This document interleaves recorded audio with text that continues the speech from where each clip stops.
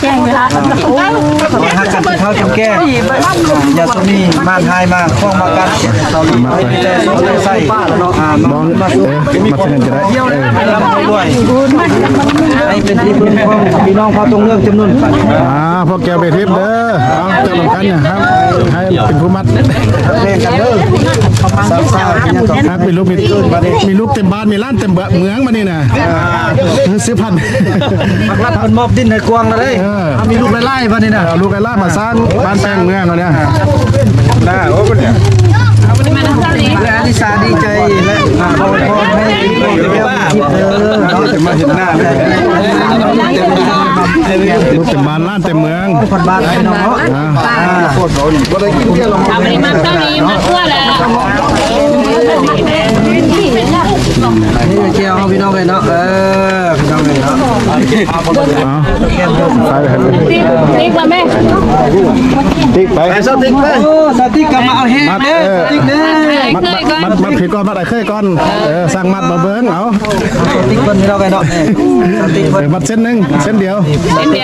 มัดเอาแห้งพี่น้องเลยโอ้ยเป็นควายเอายืมมาสติ๊กเลยตอนนี้ก็เจ้าโหจักฮิตก่อนยืมสติ๊กมัดเลยยืมมาฮิตเอาพี่น้องเนาะเอามัดมาเบิ้งเดียวนี่เด้อมองดูเฮ็ดมันต้นให้ฮักกันเด้อสิวไปลูกเต็มบ้านล้านเต็มเมืองก็ว่าเลยอยู่ดีแม่งเด้อสองพ่อสองเมียเด้อสิวอย่าเบื้องหลังถ้า YouTube ได้พี่น้องเลยก็แกเราแกวน้ำมือกองพี่น้องจำเส้นบ่ได้แต่งตัวตั้งแต่เช้าบ่ได้อาบน้ำเชื่ออาบน้ำสิแกโอ้ยใจเลยพี่น้องเลยโชว์หักเข้ามาเด้ไปอย่ามาอย่าหอนอยู่รวมกันมันเป็นแกนโอ้ยบ่ได้เกิดนี่เป็นอะไรเป็นยอม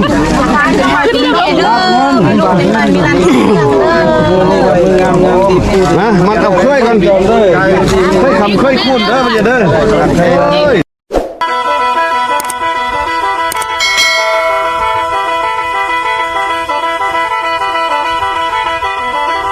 สบายดีท่านผู้ชมที่ว่าต่อไปนี่มันจะได้พบกับบรรยากาศของซาลีเพิ่นจะเริ่มเข้าพิธีกันแล้วบาดนี้โอ้เด่น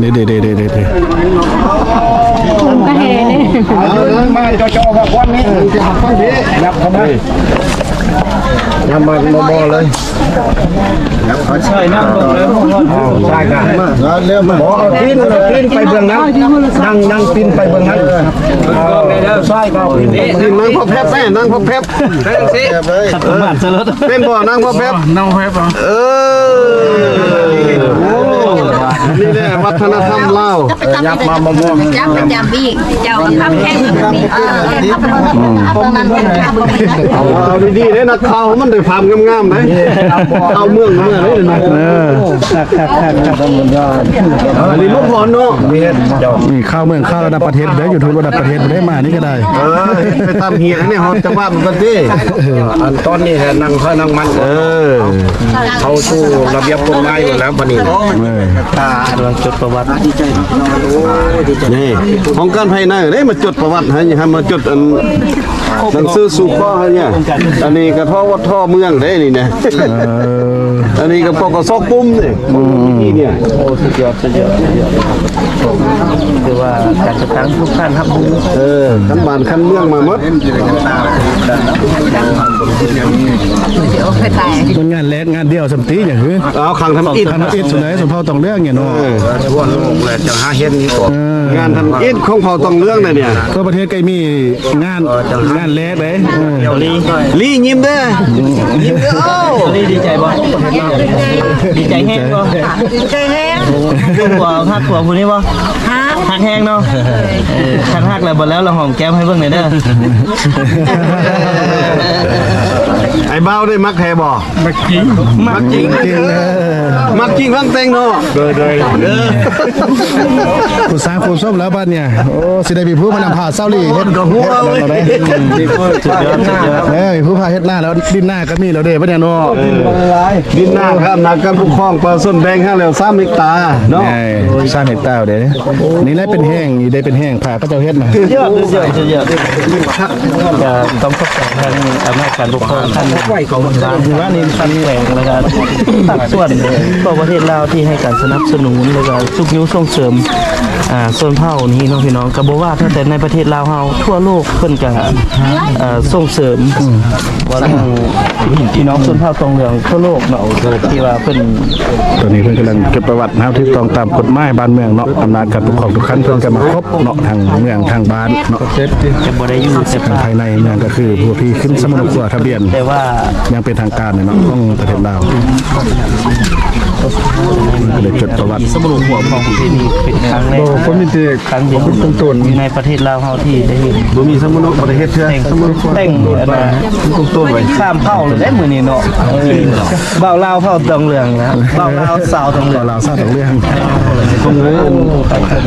ลยคณะประจำเบิ่งก็ไม่อยากได้ถามได้นึง ตอนนี้ซาลีกำลังเข้า ทั่วโลกนะจับ แล้วพี่น้องเนาะ ทั่วโลกจับตาเบิ่งอยู่ แม่นเลยช่วยเพียรพี่น้องครั้งแรกคาดว่าเริ่มเป็นยังไงก็เริ่มเอาเมื่อกี้นี่ฮอตพันไปเบิ่งไปสดคัดช่วงคัดช่วงพอไปเฮ็ดกองได้ตอนนี้เขามาไลฟ์สดใหม่กันพี่น้องเนาะทาง Facebook หรือทาง YouTube กันพี่น้องเลย ที่ส่งไปย่านเลี้ยวอยู่ตั้งใจ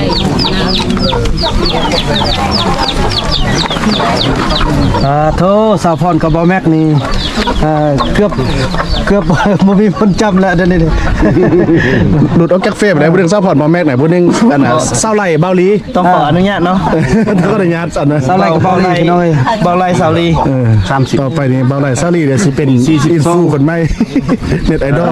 อันนั้น ได้ดิ42อันไทยนี่30 เพิ่นว่าสิเปลี่ยนนามสกุลนะบอกกันเด้อ สกุลวรรณลีเดี๋ยว ฮะ ทางไรวรรณลี ทองไรบรรณาลีวะทำมาบุ้งอ่ะ เพราะว่าเพิ่นว่าสิเปลี่ยนใส่นามสกุลกกเขาเพิ่นว่าซั่นวันนั้นดีโอ้ซาลีก็สิมีนามสกุลใหม่แล้วได้ลีฉะนั้นผมก็ สกุลยังเซาลีน่ะ นำสว่าง น้ำสว่าง โดย น้ำสว่างน้ำสว่างหมด เพราะว่าทางกรมชนเผ่าเพิ่นอนุมัติออกเป็นนามสกุลเพราะว่าต้องเหลืองนำสว่างคือว่านามสกุลเดียวบ่ได้เนาะนำสว่างไง น้ำสว่าง บรรลุเกิดมาเพิ่นได้จังได๋ใส่นามสกุลขั้วน่ะลีโอ้ออกมานี่สิเฮ็ดจังได๋คันผู้หญิงแล้วใส่ของเมียผู้ชายก็ใส่ของผัว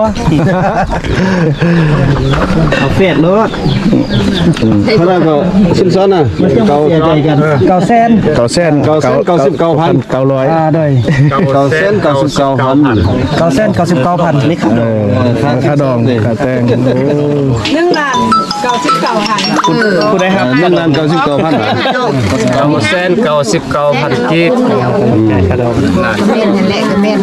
ขอนำทุกคนอย่าถูกเขาเด้อตอนนี้พี่น้องเอ้ยหักกันก็อดเอาเนาะ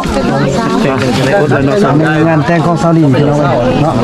ขอพี่น้องสมภพเป็นอย่างครั้งแรกเบิ่งเดี๋ยวเขาไปหมุนไม้ก่อนเนี่ยมีคือต้องเรียนเฮาแต่งเอาไปจงเลย แล้วเต้งไปหาเลยดิ หาพบเองเลยเนาะเป็นเรื่องของเพิ่นเนาะพอไปแล้วก็ไปถึงจะน้อยก็คือเพิ่นสิสร้างเงินทาวอนแล้วเลยหลังจากเสร็จพิธีงานแต่งนี่ก็หลายคนนักข่าวท่านเมืองก็มายูทูบเบอร์หลายคนก็มาร่วมกัน บอกกี่ก็มาว่ะ ด้วยเอาอยู่ล่างนำกี่ตัวเฮ็ดเนาะ บางคนโดนแจนการภายในเนาะ วงการภายในแถลงข่าวกองกสเมืองแนวเราสร้างสรรค์มานี่มื้อใดเมือง ครบโครงการจัดตั้งแล้วพี่น้องเอ้ยเนาะคือว่าก็สิเป็นงานเดียวงานเดียวแล้วอยู่ในบ้านนี่ง่ายที่สุดแล้วบ้านนั้นออกหน้าเข้ายังบ่มีมันไงบ่มี ตั้งไงบุญนำที่เป็นบรรณาเขา แม่นแหละ คนหน้าต่อเขียว ผู้นำ บุญนำบรรณาเขา เพราะบ่ค่อยมีประวัติก่อนมาไปพุ่นไปที่วัดตอนนี้มอบชิ้นซอสแล้วมอบชิ้นซอสกันจริงๆกันเอาลองมอมกันหน่อยเนาะ แจ้ง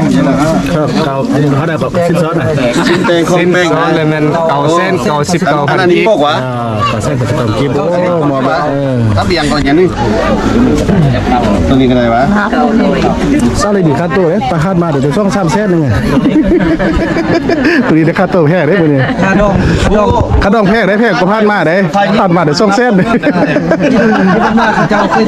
เส้นกินเก่าเส้นไม่ต้องเลย นะโอ้ยเจ้าหัวคล้ายแบงหัวเสือมันนับเงินค่าชิ้นแตงมาเลย มองให้พ่ออันตีบุญนะ พ่อเนี่ย พ่อเนี่ยพ่อเจ้าเด้ เอาข้าวเหนียวเนาะ เจ้า มันได้เงินไหม ลูกชิ้นไว้ลูกชิ้นมาครับชิ้นแตงลูกพาย น้องสาว บ่ได้เด้อ แต่ลูกสาว มาแม่มาเลยต้นกมาเลย จะเห็นอันคนยาวนั่นมามี มันเบียงบ่ลูกอ่ะ เป็นอะไร คุณนับเงินในพัดแพบเด้อนะลูกมันมายังอยู่มุ้นไปเมียเดินบ้านพาลูกกันเอา อันนี้ก็ตาคนก็ตั้งมาให้กำลังแก่เศร้าลี่เนาะครั้งแรกเนาะเคยมาจากเทือกหรือบ่เคยมาเทือกเนาะพอดีได้มางานแต่งเลย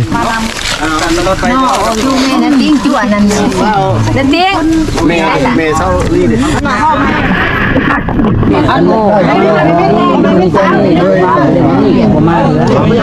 แม่เลยมากครับ มานั่งเป็นพี่นี่นั่งมันเจ้ามัน เอาเมียเป็นคนเห็นเลยเด้อ ใช้พ่อเลยทุกคนมาทำเป็นพ่อแม่มานั่งทำแกงร้านเช้า เงินซื้อเรื่องอะไรก็ไปนั่งหุ้น อยากกับแม่แม่ต้องการใต้แต่มาแม่คนนี้ คนใหม่พ่อคุณเบาเลยสิมาเล่นใส่คนใหญ่น้อย ยั่งอยู่บ่ยั่งเอาลูกชักเส้นหนูอย่าพูดอย่าพูดเพลงอย่าพูดเพลงนี่ดิมาเนี่ยอันนี้เป็นแม่ของมึงเนาะแม่กับพ่อไม่ต้องเลยมาไล่เงิน เจอแม่น่ะนะ ต้องพวงเด้อ บัตรนี้มีเงินเจอบ้าเรามานั่งข้างล่างเนี่ยบ้าเรามานั่งหลับเราได้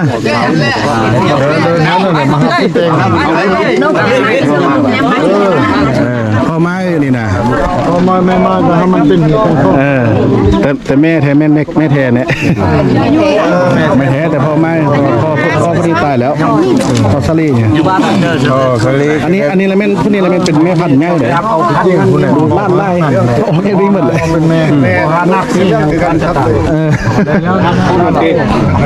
โอเค นี่น้องนับไปน้องลุกเลยนับแล้วน้องยังเพราะถ้าจะมอบเลยเอาจอบเบี้ยมาเลยนี่จอบเบี้ยเป็นลูกนับมอบเลยแม่นับแม่น้องบทผมมอบแล้วจะรับกันมือนี้ก็เป็นมือที่งามไม่ถึงไข่ฮะ มันดีที่พวกข้าน้อยครับทางลายทางเจ้าโคตรลุงตาได้มาส้มมาข้อสร้าง ดอกชิ้นแตงว่ะ ข้อหังข้อมีน้ำพอน้ำเมทางเฮาเกห้าได้มืองามยามดีห้าได้มือตอกของห้าเงินห้องบ่ยากฮอนได้มือหอยฮอนได้มือเล็กฮอนได้มือน้อยจึงได้ฮอต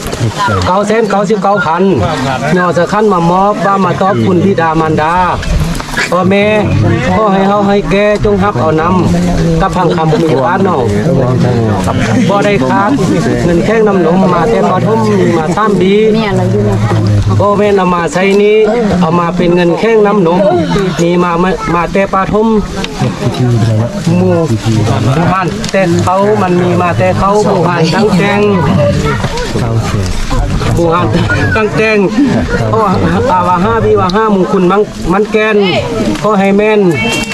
ตัวเดียวเมียเดียวอายุวันโนสุขังพลัง นับคนดูปัญญานกครบบ่ นับเงินพี่น้องไอ้ตอนนี้ สินซอส แตงก่อน เก่าเส้นเก่า เอานกเป็นคนนับพี่น้อง เก่าเส้นกับ9,000 99,000มา9,000คนงานนี้ผมมีคำพี่น้อง แสนนั่นเอาออกแล้ว มันเป็นเล็งงาม มันเป็นเด็กงาม เก่าเส้นเก่าชิ้นเก่าเท่เก่าคำ เป็นไงใช่ไหม เกาหลีจากที่ว่าเคยอยู่ในบ้านเนาะแม่บ้านนี้เก่าเก่าแสนเก่าแสน เอาลงเก่าเส้นเก่าเส้น1 ล้านต่อ1 ล้านเส้น เก้าเส้น99,000บ่เก้าเส้น99,000เก้าเส้น99,000 มีเราออฟเส้นนึงแล้วมันเป็น99,000 เอาพันใหญ่มันจ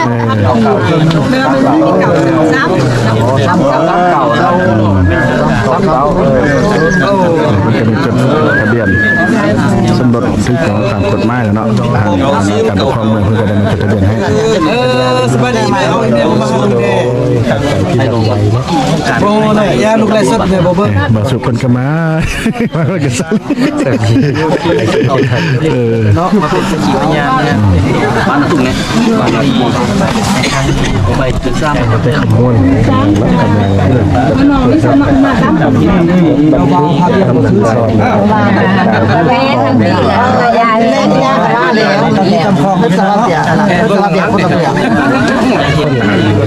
แต่วิวตีจูมาเนอะมีอย่างเหมือนเมื่อก่อนสลียิ้มได้เจ้าน่ะยิ้มได้โอ้ยิ้มแน่เปลี่ยนเอาไปเต้จะกลับอยู่เลยเปลี่ยนกัน เราดีเลยแล้วเปลี่ยนแม่เปลี่ยนเก่งให้เอาละมันไว้ใครมัน บางคนว่าไปเบื่อเนาะบางคนเส้นมันฟรีเส้นมันฟรีแม่สั่งว่าไม่มีแล้วเขาทำเมืองเมื่อแต่จะทำโอ้เสียงท่านอีกได้พี่น้องเลยเรียงใส่แบบไม่ได้ใส่แต่ยาใส่คนได้ใส่เปิดช่างคนที่ว่าเดี๋ยวมันก็เป็นอย่างเงี้ย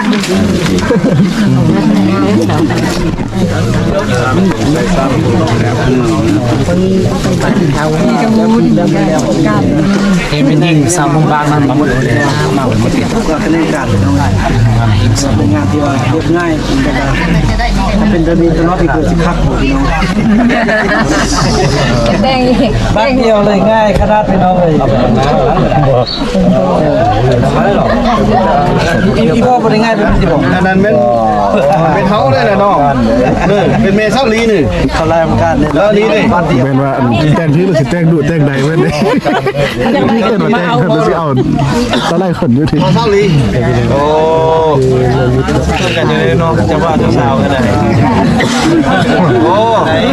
บอกแค่กันตรงนี้แดงมาแต่ฟ้าแน่ๆหมดเลยนี่โซยากแท้เลยแต่คือกันนี่นะทำผู้ไปส่งบนยันโอ้อันนี้มันใกล้หน่อย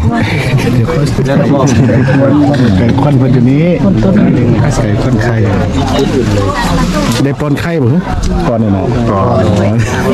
เดี๋ยวปอนไข่มีว่าไข่นะมีแล้วเนาะเห็นตามหีตามเขาเป็นเฮ็ดได้ก็เฮ็ดได้ลิซ่เองก็บ่เคยเศร้าโอ้อยู่ข้างหน้าเลย โอ้ซาลีดีใจเนาะได้พัวละวันนี้นะไปซักเอาพัวไปน้ำเด้อวันนี้เด้อเอาไปซื้อบัตรยีนกเอาพัวไปน้ำได้เบิ่งมือนาเพิ่นไอ้คนเดียวมันลืมตัวนะลืมขึ้นตะมีพัวลืมพัวนี่รถไปงานดองวันนี้มีแล้วผู้จะนั่งนำเนาะแน่ไปดองก็มีรถใหญ่ขี้บ่ขี้ทำไมผู้นำไปเนี่ยโอ้ยขักขนาดไปเลยคู่เลยเนาะนี่ลองแต่งงานมื้อนี้มีคนอกหักหลายเด้ในบ้านใหญ่น้ำตั้งแต่ในบ้านใหญ่เลยได้ไปดองทางคนละธรรมดาเนาะมันประมาณนี้ก็ได้เลี้ยวมือนะบ้านนี่ธรรมดาเป็นในบ้านได้บางคนก็เสี้ยวลำมันลาสำเนาเลือกหน้าอันนี้มันคนล่าพี่น้องกดกระตังมาแสดงความยินดีกันเศร้าลี ไม่เอาไอ้สมเกียรติ อันนี้ก็เสียงคำเพิ่นก็มาแต่ โอ้มาไก่ได้ มาแต่คำม้วนคนไหนเนาะ แม่นมาแต่คำนวณเดินทางมา12ชั่วโมงพี่น้องเพื่อสิมาร่วมงานนี้โดยเฉพาะเลย งานนี้โดยเฉพาะเลย บ่แม่นของง่ายเพราะว่าเฮาเข้ามาเห็นชีวิตเขาเจ้าตั้งแต่เขาเจ้าอยู่ป่าอยู่ดงลุ้นบุกเบิกนั่นแหละทันทีว่าได้นึง เขาไปก้อนมู่เลยเนาะแต่เรา บุญนำพอดีเพิ่นส่งข่าวให้ก็เลยว่าโอ้ว่าถือกับสิ่งที่ตัวเองอยากศึกษาแล้วก็อยากนำเสนอให้ชาวโลกได้เห็นก็เลยพร้อมพากันลุยเข้าป่าเข้าดงออกมาจนถึงทุกมื้อนี้เนาะก็ จนพัฒนาไปไล่ แม่น เนาะ มันก็สมเสยทีมงานบุญนำอะไรก็ไอ้กิ๊กแก้วนำที่เอาใจใส่ช่วยกัน บ่ได้แนะนำไอ้เจียงคำนาไก่เนาะเพิ่นมาแต่ ก็ดีใจนำ นาไก่เพิ่นมาแต่เพียงวันละเว้น ผู้เลี้ยงนากาย ปักโซ่เดี๋ยวไอ้ เพิ่นก็มายินดีนำเป็นผู้หนึงที่แนะนำน้องทุกอย่างแหละนะได้ที่ดึงพระเจ้าพัวพันพระเจ้าให้มีความใกล้ชิดแล้วก็ทุกคนเกี่ยวกับรักเขานะมานี่คือแท้ส่งมาดองแท้เลยมาน้อง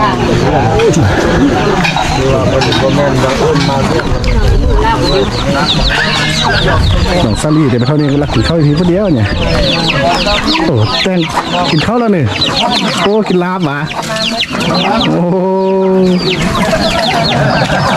โหเข้าไปยังสับไหนเนาะ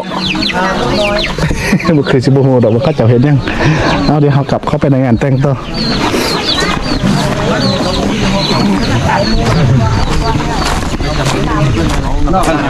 วันนี้ตัดสินใจซาลี่แต่งงานกับเราทางไร่ห้ามประวัติเราไปเอาเมียอยู่บ้านพุทธะห้ามในบ้านพุทธะนี่คือเป็นคนอยู่จะได้ไปจะได้นะไปทางมองบ้านคนสะอาดเป็นสองคนว่าว่าวางในนี่เป็นกันเป็นเนาะที่ว่าตัดสินใจคนเดียวแต่ว่าต้องไล่นี่ก็ยังบ่ทันมีสิ่งที่ดีเลยแต่มีบางพวกภายหลังที่ว่าป้าเมียเราเมียเฮ็ดสำโรงมาเราบ่มีสิทธิ์กันบัญชีแล้วเราเป็นคนเดือนน้อยแต่พอดีเอามาขึ้นสำโรงอยู่นี่เลยเนาะเนาะเป็นคนครอบครัวเนาะเลยนี่บ่มีได้หัวก็บ่มีได้มาเมืองเราอีกกลับไปบ้านแล้วก็บ่ไปนี่เนาะเราไปอยู่สองอยู่หากินตามกินนี่บ้านแล้วก็ผ่านเนาะเดี๋ยวอ่านได้ถ้าฟังอยู่ไหนอ่านเลย อ่านตามระเบียบมาเลย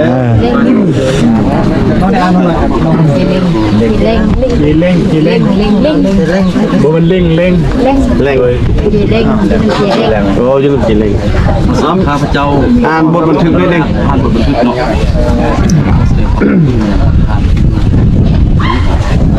บันทึก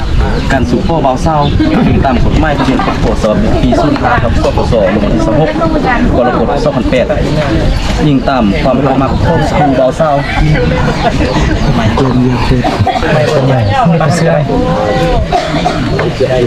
ยิงตามความรักมักของครูเบาเศร้าเนาะในวันที่13 เดือน 3 ปี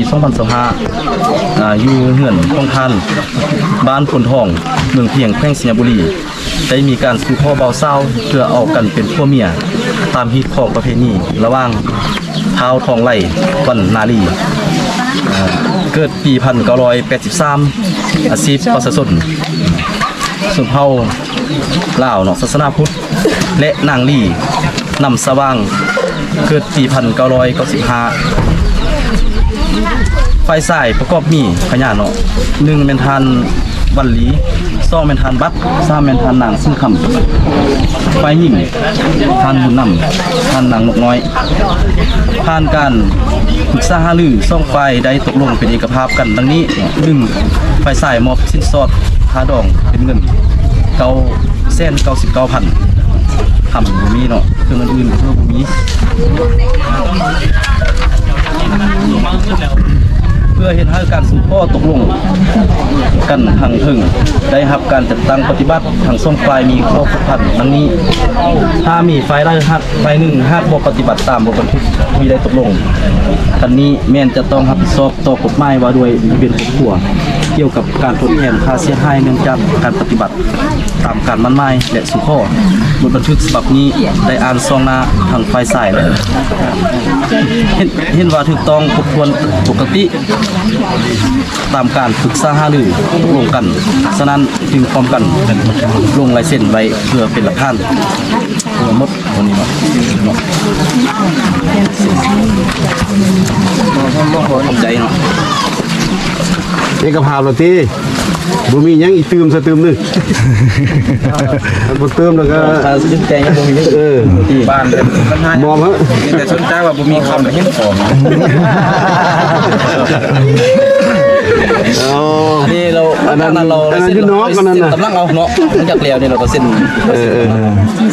สีเป็นสีหนึ่งวันซีเนาะเป็นวันลีเนาะ เดี๋ยวแล้วเนาะต่อไปก็สิได้มอบเฮาเฒ่าแก่แนวห่มเฮ็ดตำหีตำคองได้บ่ได้เนาะแล้วมอบเลยเด้อาจารย์เราบ่ซื้อเราบ่เฮ็ดไม่ได้เนาะโอ้ยเฮ็ดแล้วมายับเขามามอจะมามอเติมมาเลยเอาข้าวหาวไก่ข้าวนั่งคือทีเมาอีกข้าวเนี้ยมันนักยังต้องมาหาเพื่ออะไรเร็วบอลบอกเราได้ห้องแกมกันให้เต้ดีมอนมาห้องแคมเนี่ยมอนอยู่เนี่ยเอามอนั่นเอามอนั่นไม่ได้บอลช่วยกันด้วยเนาะเอามอหน่อยเถอะมันมาเลยมอนั่นแหละไม่ได้บอลเพิ่นเป็นผู้กับส่วนเนาะเอาแคมย่องมอนสุดยอดเลยเฮ็ดย่องตามฮิตของประเพณีเนาะโดยไอ้บ่าวอ่ะเอาห้องแคมนะเป็นห้องข้างห้องแคมเซาลี่บ่เคยได้เนาะเอาไปห้องข้างเมื่อคืนกูได้ห้องข้างนะข้าวไว้ก่อนเลย เรื่องนั้นแล้วทำหน่อยเขาบ่เคยจะเจอได้เนาะนั่นน้องยังบ่เคยได้จริงเลยไม่ได้จดประวัติแล้วก็กินข้าวกินน้ำแล้วก็แล้วซื่อเบียร์ซ้ำล่างนึงเดี๋ยวซ้ำหลังบ่หมดสับเอาเงินมาเด็บทำวันนี้ไปเอาไข่บ่ฮ้อนเด้มีแล้วนึงได้เลยสำหรับไข่บ่ถึงเฮ็ดบ่ยังบ่ดังเลยเอาเงินได้ไปฟันเลยภาพเหตุการณ์นี้จะอยู่โลกใบนี้ตลอดไปนับแต่นี้ชั่วกาลนานยังละติหลุดแล้วนะโมตัสสะภะคะวะโตอะระหะโตสัมมาสัมพุทธัสสะนะโมตัสสะภะคะวะโตอะระหะโตสัมมาสัมพุทธัสสะนะโมตัสสะภะคะวะโตอะระหะโตสัมมาสัมพุทธัสสะปัทไทยปัทคาทัพพญาสิโลกาเขาติดตามนับติดเตก็ปีใหม่น้องใส่นี่เป็นมาช่วยให้ก็ไปคนเอาก็ได้สัพพะทาสัพพะทาสัพพะโคติญาสัพพะโคอุบาททลายก็ให้ตกเอายิ้มได้มั้ยยิ้มได้ซะลี่เศร้ามาก็เบาคุยก็ได้พอเป็นยามหิมฮ้อนก็ให้ตกไปมือนี้วันนี้พอพงท้าอยู่ทางน้ำก็ให้ตกไปมือนี้วันนี้พอตอนท้าอยู่ประตูก็ให้ตกไปมือนี้วันนี้อมสัพพะทาให้พวกผู้จัดวันนี้เสียตกไปพระอาทิตย์ที่จะทำตกไปพระจันทร์ที่ประหิมมาพานตกไปพระอังคารที่ฟ้ามันเทียมเป็นหินสุดตกไปพระพุทธที่สังหารตกไปพระหัตถ์ที่พระพงษ์ลงมาเจ้าตกไปพระเจ้าที่พระจามเวสศาสนาตกไปนำไฟและไปนำน้ำตกไปนำไปก้อยย้อยไปนำไปมือเคาะอย่าได้หิ้งเต้นอย่าได้หูฮัดตกไปแห้งไปมือนี้วันนี้ตกตะน้ำให้มันไล่ตกตะไฟมันไหลมีโอบ่มีคันบ่บันเวลาแค่คนบางมันก็มาแข่งกันบางเรื่องรู้ยังมันเนาะไปกระไดหนังอันเล็กอันแป้งก็กินนะมีขั้นได้มาป้าวันนี้มันยากเนาะฮะ จับเอาเด้อจับเอาดีๆ จับผู้ละอัน นะแบนมือจับให้พอนี่ เยี่ยมเลยก็ได้พอดใครกันไหนมันหอดบ่พ่นเบาเลย เจอกันเลย ไปเอาอันตัววันหน่อยทางย่างบ่ได้พอจะเป็นพิธีเนาะบง5-6นาทีธรรมดานะเจ้า สมองตาย 4 6 นาทีเนาะ 4นาทีตัวนั้นนะเข้ามาแต่เราเอาเสียงไปก่อนบางที5นาทีหรือมันนาทีธรรมดาต้องเอากันอยู่ป่าแบบแต้มต้องแบบนี้ว่ะพ่อบ่ได้แบบนี้เนาะเอ้ยเพราะคนพูดเก่าเปิ้นน่ะเก็บละ ตัวมันล้น เอามันบ่ได้เก็บหยังมันมีแต่ว่าเอารายชื่อเพิ่นมาแต่เมืองชื่อนามสกุลตำแหน่งให้แล้วลุงลุงสิใครอันห้าเจ้าเป็นสมทบกับพ่อให้ได้แล้วบอกเสื้ออัน เฮียนนะ นี่เพิ่นเรานั้นอันทางอันนี้ก็คือทางอันนั้นเด้ออันนั้นที่ฮู้ละที่นี่อันหัวหน้าใหญ่เฮานี่ประธานนั่นนี่ฮู้ละที่ท่านทบลคำพวงประธานแนวลาวสร้างสรรค์เมือง เพิ่นฮู้ตั้งแต่มือบุญนั้นพวกสาดพุ่นเลย ตอนนี้ก็เฮียนเพิ่นนั่นก่อนเด้อมาเฮียนเพิ่นนั่นก่อนเฮียนแล้วก็นั่นได้สิถือว่าเอาต่อไปเฮ็ดเลยเนาะเฮ็ดเลยแหละตามที่ตั้งห้องสบายดีอาบุญน้ำโดยสบายดีเด้อเนาะ ท่านดิวอะไร ให้แล้ว โอ้ยคันเต็มนั้นก็ถือว่าได้ค่าเบี้ยอะไรเติมแล้วแหละ ตัวละบ้านเพิ่นเฮ็ดพิธีแล้วเราเบาเศร้าที่น้ำมันผลสะดวกผู้มาหาตัวธรรมะสัมพุทธังพุทธังสนังกัสสามิธัมมังสนังกัสสามิสังฆังสนังกัสสามิพุทธิยัมปีพุทธังสนังกัสสามิพุทธิยัมปีธัมมังสนังกัสสามิพุทธิยัมปีสังฆังสนังกัสสามิตติยัมปีพุทธังสนังกัสสามิตติยัมปีธัมมังสนังกัสสามิตติยัมปีสังฆังสนังกัสสามิสยันโตโพธิยัมปีญาณตังนันวันตโนเยวัสยุลุงเคยเป็นเจ้าสาวไปยามังคะเลปาราจิตาปันนักติจิปัตตาวิบุคะเลปิติเกตปะพุทธานังกัปโตปโยตติตุมังคตังตุมังคลังตุปปะตังตุติตังตุกานุตุปัฏฐากินัง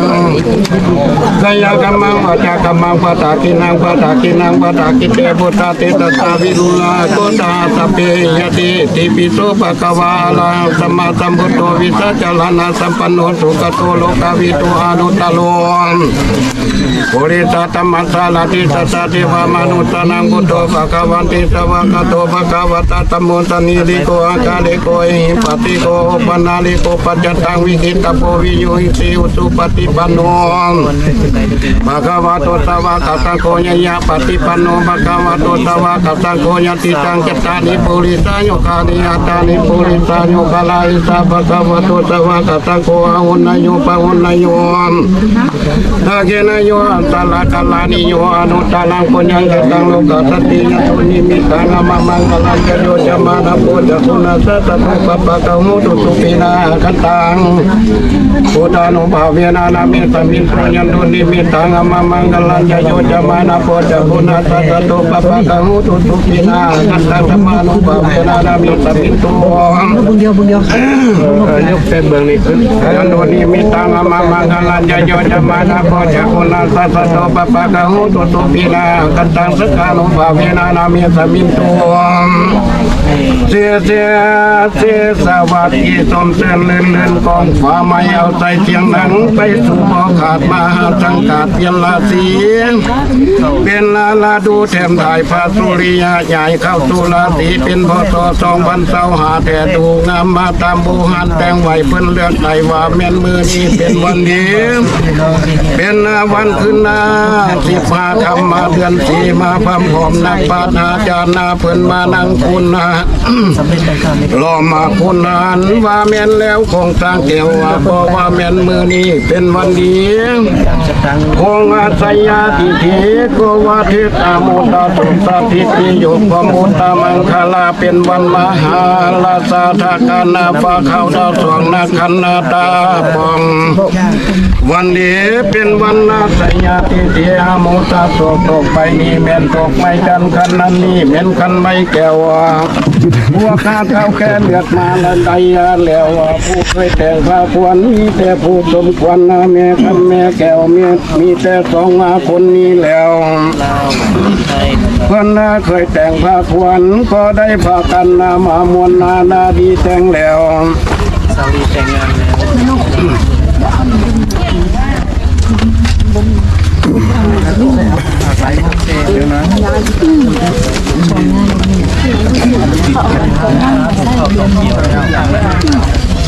มีทางเรากองแถวใส่ผ้าขวัญชวนกันมามวนเต่ามีทางงาข้าวต้มกล้วยและใบสีมีทางไข่หน่วยดีเคียงก่อนเลยรอดแล้วบรบวนบัดนี้จึงให้แม่เท่ามันแม่เท่าเงินทั้งสองคนนามาย่อผ้าขวัญนาเอามาทั้งใบมีทั้งงาไฟเส้นอ่อนให้เอามาไว้ผูกแขนแต่งาทำแต่งาตามมาเป็นโมหันแต่เก่าพุ่งมาผู้เฒ่าพร้อมมาด้วยพ่อแม่เจ้านายไปเชิญนาเอามานั่งในศาสตร์จึงได้พร้อมมาโอกาสในข้าบาทเป็นพามให้หาเอาความดีความงามมาห้องเหียเอาขวัญว่ามาเยอะขวัญเอ๋ยขวัญลาเพื่อเจ้ามาทั้งสองยาได้ไปเที่ยวถึงแก้มมาคงไปคนเพื่อเจ้าจะได้ไปยาสมนาทนนาสมนาดวงขวัญนาเพื่อเจ้าจะได้ไปสมดวงกาดอกไปในดงมาทำแขนขวัญเพื่อเจ้าจะได้ไปเล่นดินน้ำสร้างโมงาควรนาเพื่อเจ้าจะได้ไปเที่ยวดินน้ำปลาโมใหญ่คนเพื่อเจ้าจะได้ไปสอบไปสมจูตั้งเมืองว่ามาเยอะควรเลยเกินนาเจ้ามาทาลงมาซอยสร้างวันนายอวดมีข้างเมาใส่แขนแม่นใส่ก่อยกาจนหน่อยใส่หูดูงามหล่นเลือตาองอาจมีทั้งซาดอ่อนเขียงคู่ไว้หาหูงายังมีทั้งงาทั้งเงินขอ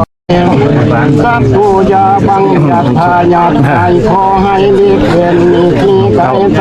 ผู้ภาวังใจมังคลัง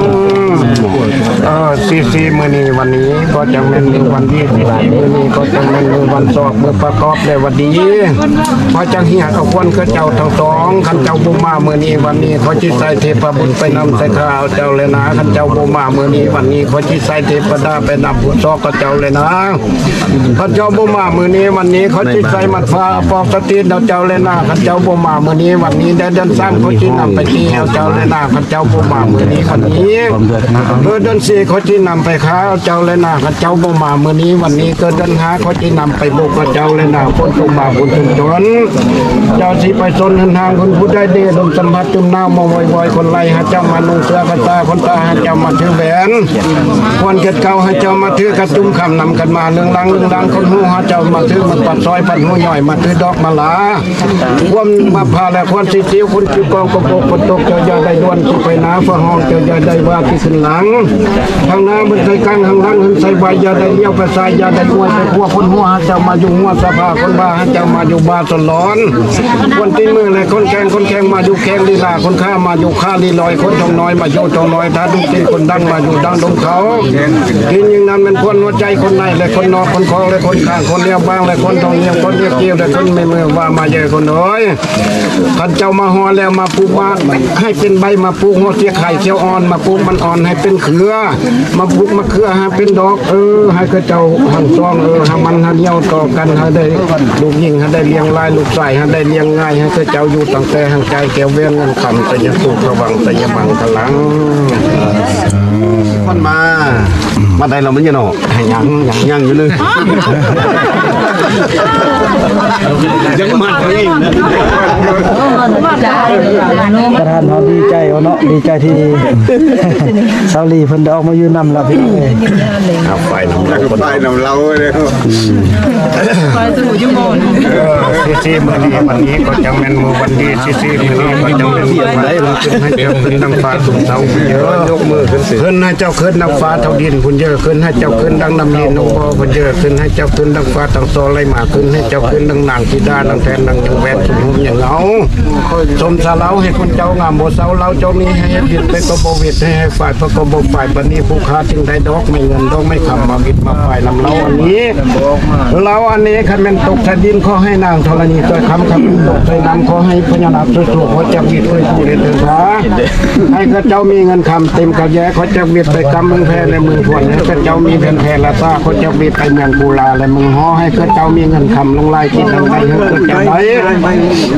ไล่อันได้ให้ข้าเจ้ามีให้ข้าเจ้าได้เปลี่ยนเศรษฐีดอกห้อยคาเตสนุพระเพกับพระมูพิมานบัดนี้เขาจะวิดไปยำกาตาวิดตกให้ข้าเจ้าได้จกเงินทุ่งคำให้ซอเขาจะวิดไปกำที่ตาวิดออก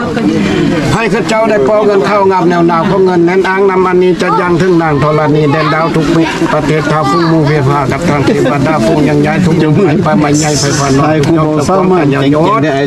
นายเช่นโคตรเทพจักรวาลไล่เป็นหอยหอยจริงได้ใครยันตูพระวันพยามันเจ้าเมืองยังเห็นพวกเจ้านี่ไทยมาก่อนไทยแจงมาเดิม เนี่ยหน้าขึ้นได้ เอาในนี้เนาะอันเจ้าเจ้าปอนเขาคมลงข้าเป่าไข่นี้น้อยนึงเขาน้อยนึงต้องปอนเขาไข่น้อยก่อนเอามานี่ใส่ปอนไข่นางกินเอาไข่เดียวเอาหน่อยนึงเลย เขาแดง เอาเขาเดียว เขาเลิกแดง กินแฮก็บ่ได้เคี้ยวขึ้นเลย เอาเรานี่ปอนมันเนี่ยแกมผู้ละเครื่องเลยผู้ละเครื่องแล้วจงไปเห็นเมียกินเดี๋ยวไหนกินหมดเลย พันเครื่องกันเด้อ โอเค แล้วเนี่ยกินได้ ยาวเครื่องนึง น้อยโพดเนี่ยยามันเลย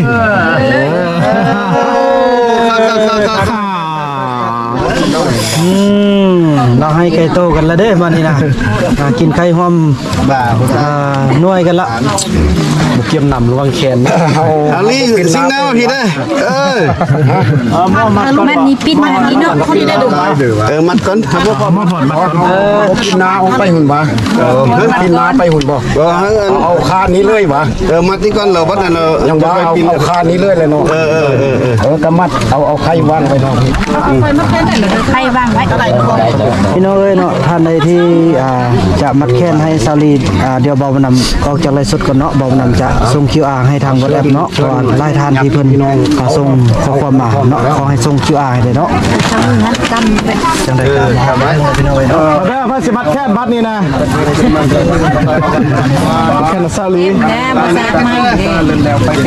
ไม่ยิ้มงามเด้อ เจ้าเมืองยังเห็นมันนี่ เดี๋ยวสมาชิกเพิ่มมาเลยตรงนี้ เวลาไปที่นี่คนค้าได้เต้นทำที่วันนำไปซองไปที่กองที่นี่ ตึกออกเลยก่อนไปแก่นมาดึงมาใหญ่ เดี๋ยวเอามาได้เลย ใหญ่เลยเนาะไฟเนาะ แต่นี่ต่อไปมันจะให้เจ้าน้ำมันน้ำเนียวน้ำกันเดินทับแห้งเอากัน มัดได้ มีเตา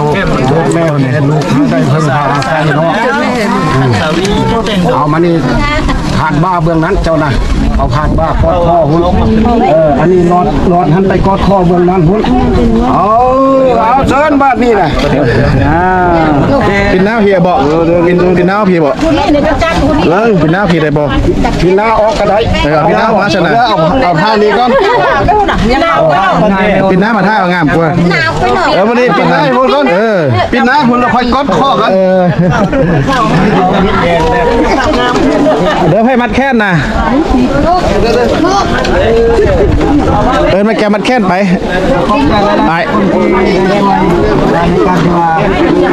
ทาง QR เนาะพี่น้องเนาะหลายๆท่านเดี๋ยวบอมนำไปส่งกันเนาะตอนนี้ก็กำลังจะรับสิทธิ์กับแฟนโอ้มันงานเนาะ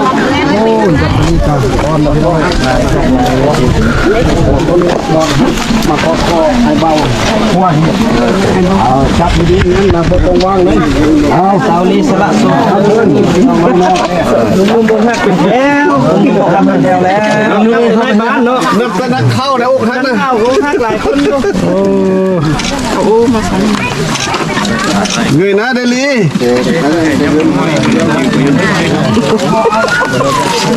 รถชัตเตอร์แบบรัวๆเลย ไปมาแท้กันอย่างยกแก้วแน่เคยเนี่ยใส่ตัวอะไรบ่ให้คือลุกมาตรงนี้เนาะนี่แต่ว่าฟ้องนะพี่น้องเนาะ ครับให้เราดีเนาะแค่เราเลยน้องเพลงใหม่เนาะเรากำลังจะสู้ที่ว่าลงไปทางแอปเนาะพี่น้องเนาะ มัดเฮ้ยเด้เอาไฟน่ะเอาน่ะเข้าไปมัดไหนบ่ได้มัดหรอกให้นี่มัดให้แทนสติ๊กมัดสลีเอามีหรือเปล่าเอาไฟนี้เราเอาเงินใช้เราบ่ถ้ามัดใช้เงินเอาจับเอาแม่มัดแค่ท่านองน่ะถ้าเอื้อยน่ะจับเอาผมเป็นบ่เคยเฮ็ดจักเทื่อได้เนาะโอ้น่ะ จมแค่ บ่อันประมาณต่อน้านางมัดเลยสิไทย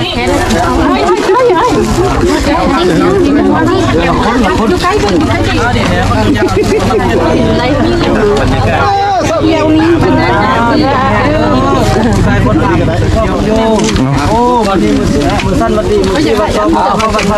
ำโอ้พ่อแม่ลุงตาเอาอ่าง ก็ยังบ่ได้ฟ้าอยู่เด้อ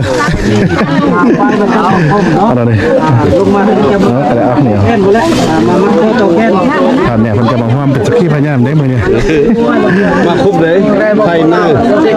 ขนาดเลย ข้าวแนวล่าวปปสปปสกลุ่ม ครบครบ แล้วก็มีห้องวัดการเด้มีขวดก้าเด้มาเนี่ย โอ้การจัดตั้งห้องมาครบเนาะการจัดตั้งคันเมืองนายการปกครองบ้านเพิ่นก็มาครบเท่าแก่น้องโฮม เราเคยเข้าอายเนาะในเดียวซานี้หักกันเท่าจมแก้ยาสุมีบ้านไทยมาคล้องมากันเราไม่ได้ใส่เนาะมองมามาเชิญจะได้ รับด้วยให้เป็นที่พึ่งของพี่น้องพอตรงเรื่องจำนวนกัน พวกแกไปทิพย์เด้อเอาเจ้าลำกันเนี่ยครับให้เป็นผู้มัด เพลงกันเด้อสาวๆที่ยังต้อง ครับมีลูกเต็มบ้านมีร้านเต็มเมืองมานี่น่ะซื้อพัน รัดเป็นมอบดินให้กวางเลยมีลูกไล่ๆมานี่นะ เอาลูกไอ้ล่ามาสร้างบ้านแป้งเมืองเราเนี่ย หน้าโอ้เนี่ย และอลิซาดีใจและขอพรให้เดียวคิดเด้อเราจะมาเห็นหน้าเลย ลูกเต็มบ้านร้านเต็มเมือง คนบ้านให้น้องเนาะ เอาไปมาเท่านี้มาทั่วแล้ว นี่เจียวพี่น้องเลยเนาะพี่น้องเลยเนาะ ตายไปเลย นี่มาแม่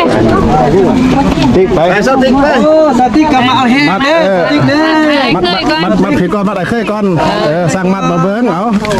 ติ๊กเพิ่นพี่น้องเลยเนาะติ๊กเพิ่น มัดเส้นหนึ่งเส้นเดียว มัดเอาแห้งพี่น้องเลยโอ้ยเป็นขวด เอายืมมาฮะติ๊กเด้ ตอนนี้ก็เจ้าโหจักฮิตคน เอายืมฮะติ๊กมัดเด้ยืมมาฮิ เอาลาพี่น้องเนาะ เอามัดลงเบิ้ง นักเด็กพวกเดียวนี่เด้อ มองดูมองดู เฮ็ดมันต้นให้เงินเวลา ฮักกันเด้อสิวไปลูกเต็มบ้านล้านเต็มเมืองว่าไป อยู่ดีแม่งเด้อสองพ่อสองเมียเด้อเสียวอย่าเบื้องหลังเด้อถ้า YouTube ได้พี่น้องเลยก็แกทั้งเนาะแก้วน้ำกองพี่น้องจำเสียเขาบ่ได้แต่งตัวตั้งแต่เช้าบ่รับน้ำเชื่อรับน้ำที่แก้วโอ้ยใส่น้ำใกล้ๆพี่น้องเลย มันจะเข้ามาเด้ไปอย่ามาอย่าหอมอยู่รวมกันมันเป็นแกนโอ้ยบ่ได้กึ่งนี่ เป็นอะไรเป็นเอาจอม ขึ้นเด้อ มามันเอาเคยก่อนเคยคำเคยคุ้นเด้อมันจะเด้อ ได้หรือว่า ยัง หน่อยก็ก็สติกวัดนั้นพ่อเฮาเนี่ยแต่งนี่เอาเนาะแต่งมาบรรลุนะเนาะจังได้ผู้ลาวบ่เลยว่ายากด้วยมาดิเนี่ยยากไปซะได้ เคยพูดเนี่ย โอ้อยู่ละสบายก็พูดขนาดพี่น้องสติ ถ้าเมียซาวหน้าฮะแล้วเด้อซ้ำอีกแต่นะเด้อในบ้านในอนาคตนี่นะ นี่แหละเป็นในบ้านแท้ๆนี่แหละ ต่อไปได้เป็นในบ้านแท้เด้อเออ จะมองเป็นในบ้านแท้ ซ้ำงานมึงท้องเด้อเป็นเคยเข้าไรต่อมาให้มันหน่อยด้วยเด็ดเนี่ย ขอให้ไปปลาอีกเด้อขอให้ไปไม่มีอย่างอยู่นะ ทางประวัติศาสตร์เนาะลุงลาวเศร้าตรงเด้อ ทางลูกทางเตาพูดกันเลยพี่น้องเอ้ยลุงไปเข้าห้องเงี้ยหรือต้นน้อยอย่าลืม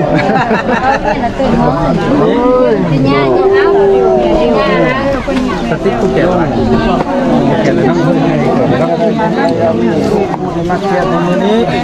บอกให้เข้าป่าอยู่ ย่าเลยเด้อ เดี๋ยวลองเบิ่งอันมือให้เนี่ย ศพท้ายติ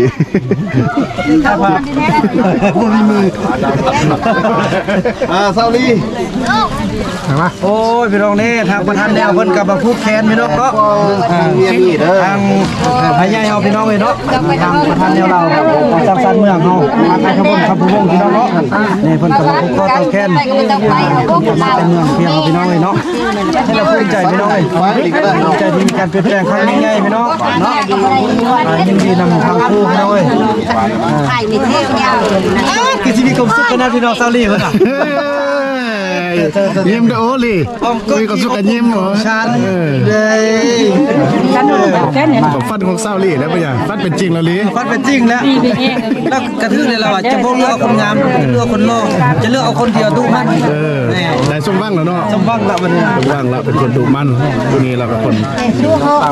ตัวนี้ผ่าสร้างผ่าห้างพามีแล้วปะเนี่ย คมชัดเนาะทางนี้ตองนี่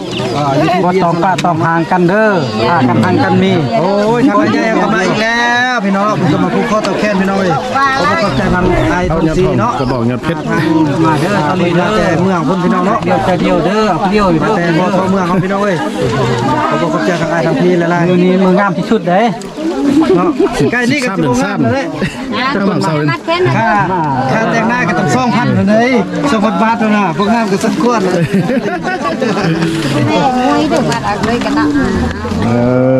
อ มาเดียวเ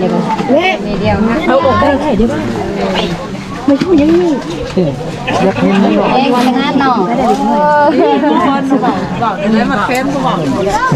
คนก็มาโอ้มาแสดงความยินดีนำยางล้นล่าเนาะพอดบ่200คนเฮ้ยมาเอามาที่ดิจะดูเผาเนาะ มันเปลี่ยนเย่ๆคนนี้มันแค่ลูกคนพี่น้องมี5ลูก3น้องเลยเนาะ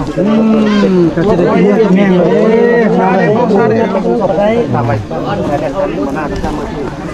ป้าอายุก็ได้เงินหลายแฮะสมมุติมันแค่เมิดตาหน่อยก็ว่าจะจบพมงามแท้นี่นะแต่บ่อาบน้ำเนี่ยส่งเนาะบัดแต่ละมือสะอาบดีบ่ดีบัดมื้อนี้สอาบน้ำจากคน นี่แหละเขาว่าเห็นแม่แต่งงานเห็นแม่แต่งดองนะ ลูกลาวลูกเข้าลูกเห่าตะแห้งเนี่ย3คนได้แม่นหมดเด้บ่ลกตอกแตก เป็นเขาดีป่ะ อย่าเบิ่งอันหัวจะมีตะนางแมงมุมใช่ไหมเนี่ย นี่ แม่นรถโดมเอาคนนั้นเลย ม่านแล้วถ่ายคลิปนี่ม่านแล้ว สดซ่าไปเบิด เขาเรียกแมงมุมแฮะ วันนี้เล็ก3จังได๋เนาะวันนี้เนาะ จังน้อยล่ะ วันที่13เดือน3อีกเด้ นายงรัก วันเล็กซ่า ก่อนดีอ่ะล่ะ เขาก็สร้างโอ้นี่นะสร้างเฮือนเขาปาปนามาแล้วพี่น้องเอ้ยเนาะนี่คือทางเอานี่ก่อนซี่จำป่าพี่น้องเอ้ยเนาะในสร้างกันที่ว่าซี่มันลอยมาได้น้ำพุพี่น้องเนาะ แต่ว่า อันนี้มาเอานี่บัดนี้น่ะดึก มันเป็นหยังอย่าฟ้าปืนเด้อฟ้าปืนเด้อ นี่มาเอานี่ ยังบ่ทันได้ บ่ว่าจ้าของกำปั้น ไฟอันนี้มันจอด ต้อง คันมัดคำผู้งามบ่ดีแม่เพิ่นน่ะเห็นบ่ศพนี่ก็สุกกระจับแล้วบ่ทันได้ไปเสริมตึมมันเนี่ยบ่ทันได้ไปเสริมอีกตึมเนาะ มีดินบ่ไกลไล่ก็ เรื่องนึงเขาก็เห็นนา ดินตั้ง3-4 เฮกตาร์พุ่นเนาะเฮ็ดหน้าน่ะ รอบนี้ก็เป็น5พุ่นเนาะรอบนี้นำเนาะ แม่นแหละ มัดเงยแห้ง โอ้ยพ่อเพิ่นก็มาเนาะขอบใจเด้อขอบใจพ่อเนาะอันนี้ก็ถือว่าเจ้ากุ๊กเจ้าเราบ้านพลทองน้อยเฮาพี่น้องเอ้ยเนาะเพิ่นก็มายืนยันทำข้าวมาพอตัวแคน ขอต่อแคนมาอวยพรให้ทาง ผัว10เมียแก้วผัวยิบเมียแซวอยู่ตลอดชีวิต โคตรเมียยิบสตาร์ เลยกลับไปเพิ่นกลับไปเข้าพิธีคือเก่าบ่เนี่ย เดี๋ยวมัดแขนให้เพิ่น แล้วพ่อ ยัง ขอเนี่ยนะ ดาวพาไปนั่น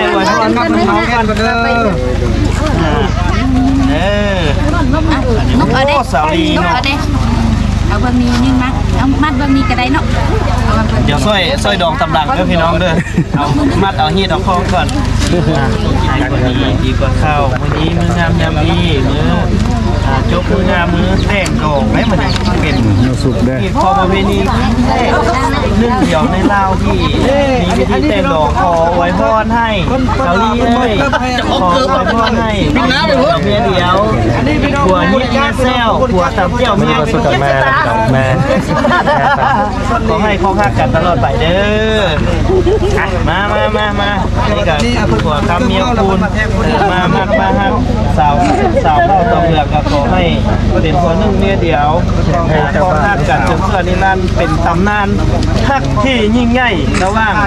บ่าวลาวสาวตองเหลืองขอให้ ยิ้มเลยยิ้มเลยได้ให้เบาๆต้องเรื่อง เดี๋ยวได้เขาเอาเลยเพลงเบาเราซ้ำเรื่อง มีอาจารย์แต่งอยู่แหละเนาะ มี มีแล้ว นักฮ้องก็มีเด้ น้องก็มีวงดนตรีก็มีสุดยอดนี่ทีมงานมีคุณภาพเลยครับแก้วนี่เดี๋ยวมางานเบาซุปโอ้เบาซุปเป็นไงมันแข่งแฟนเก่า มันแค่แฟน เสียใจแห้มันบอกโอ้ฮักไปอีกเลยนี่นักข่าวฮักอะไร แฟนเก่าเศร้าลี่ได้ดีก็ได้ คนแรกที่เข้ามาจีบสาว บอกไอสุกไอเด้อบ่ต้องเสียใจเด้อเด้อบอกแล้วบ่บอกไอสุกแล้วบ่ วาสนาไผวาสนามันบอกทุกเอ้ย ต้องได้เดินทางมาแล้วสิต้องใส่ได้ที บ่สุกมาแคนให้ที่แล้วให้จำได้ในน้ำผู้มาส่งทางได้มาสู่เคียงข้างเพียงแค่ขาดสิบอกคิดต่อไปหลายกว่านั้นให้เจ้าพ่อโคทา บ่าวพรเขาหักได้เนาะบ่าวพรเนาะ บ่พร บ่าวพรยิ้มนำเศร้าลี่เดี๋ยวตอนเศร้าลี่หิ้วนำ บาซุกอย่าว่าแต่เจ้าฮักเขาท่านเพิ่นเป็นนายบ้านยังก็ฮักได้ โอ้มีไล่บ้าวไหนสงสัยอ่ะ ในบ้านอยู่ทางเมืองเขาก็ฮักเป็นเที่ยวเลยพี่น้อง ขนาดไหนบ้านจะอกหักแล้วบ่ต้องเสียใจหรอกบ่สุกเอ้ย ไปสมเกียรติเพิ่นตัดสินใจได้แล้วว่าคนนั้นตัดจะมื้อนั้น คนอื่นเฮ็ดซึ่งสิมาก้อนมานะบ่สามารถของแก่ซาลีได้มีแต่บ่ไล่คนเดียวที่สามารถของแก่ซาลีได้ ขออย่างหนึงในคนนี้ อ๋อได้เด้อ ขอในหนึงหน่อยเด้อ ข้อที่1เด้อ ขอนั้นแหละ จะบ้าจะเศร้าหอมแก้มกันให้อัน FC ได้เบิ่งเด้อ ขอเด้อตั้งกองกันเด้อ เอามาหอมแก้มกันป่ะเนี่ย แก้วกันเนาะเสียเลย คันคนผู้นั้น หอมเลย หอมเลยหอมเลย เกี่ยกันหอมเลยซาลีหอมก่อนซาลีหอมก่อน เอาญาติกันมาเนี่ยญาติกันมาเนี่ย ซาลีหอมก่อนซาลีหอมก่อนซาลีหอมก่อน อย่าสโลว์ลีนไง